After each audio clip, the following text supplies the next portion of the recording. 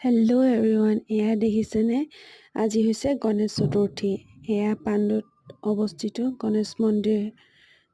এয়া গণেশ পূজাৰ বাবে আমি গণেশ মন্দিৰলৈ বুলি পূজা কৰিবলৈ আহিলোঁ।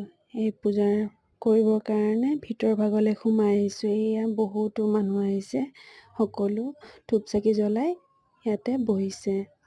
এই ভিতৰ ভাগলৈ সোমাই গৈছোঁ, দেখিছেনে? বহুতো মানুহ আহিছে। এই চাকি ধূপ জ্বলোৱাকে ইয়াতে ঠাই কৰি দিছে। এই ভিতৰ ভাগলৈ, গণেশ মন্দিৰৰ ভিতৰ ভাগলৈ সোমাই গৈছোঁ। আজিও সৰস্বতী পূজা, কাৰণ দুদিনীয়াকৈ সৰস্বতী পূজা পৰিছে।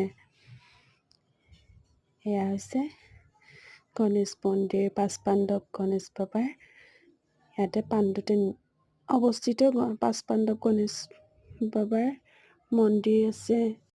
এয়া গণেশ মন্দিৰত প্ৰসাদ ল'লোঁ। প্ৰসাদ লৈ ওপৰলৈ উঠি আহিলোঁ। চিৰি পাৰ কৰি ওপৰলৈ আহিছোঁ। এই ভিতৰৰ ভাগলৈ সোমাই দেখিছেনে? ইয়াৰ মানুহবোৰ বহি লৈছে ভোগ খাবলৈ।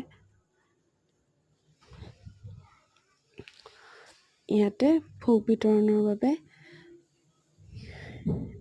দিয়া গৈছে ভাত, দালি, এইফালে তৰকাৰী, চবেই বিলাই আছে।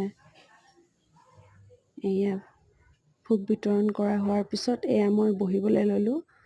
এয়া ভাত, দালি আৰু ভাজি। এয়া দেখিছেনে? গণেশ বাবাও পূজাৰ বুলি আজি ভাত, দালি, ভাজি এয়া দিছে।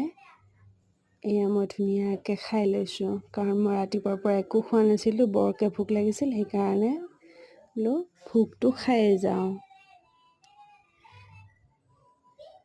এয়া খাই আছোঁ আৰু মানুহবোৰকো চাই আছোঁ বাৰু। খুবেই ধুনীয়া। মন্দিৰৰ ভোগ বুলি ক'লে এৰি আহিব পৰা নাযায়। সেইকাৰণে ভোগখিনি খাই আহিলোঁ। ভাল লাগিলে লাইক কমেণ্ট কৰিব।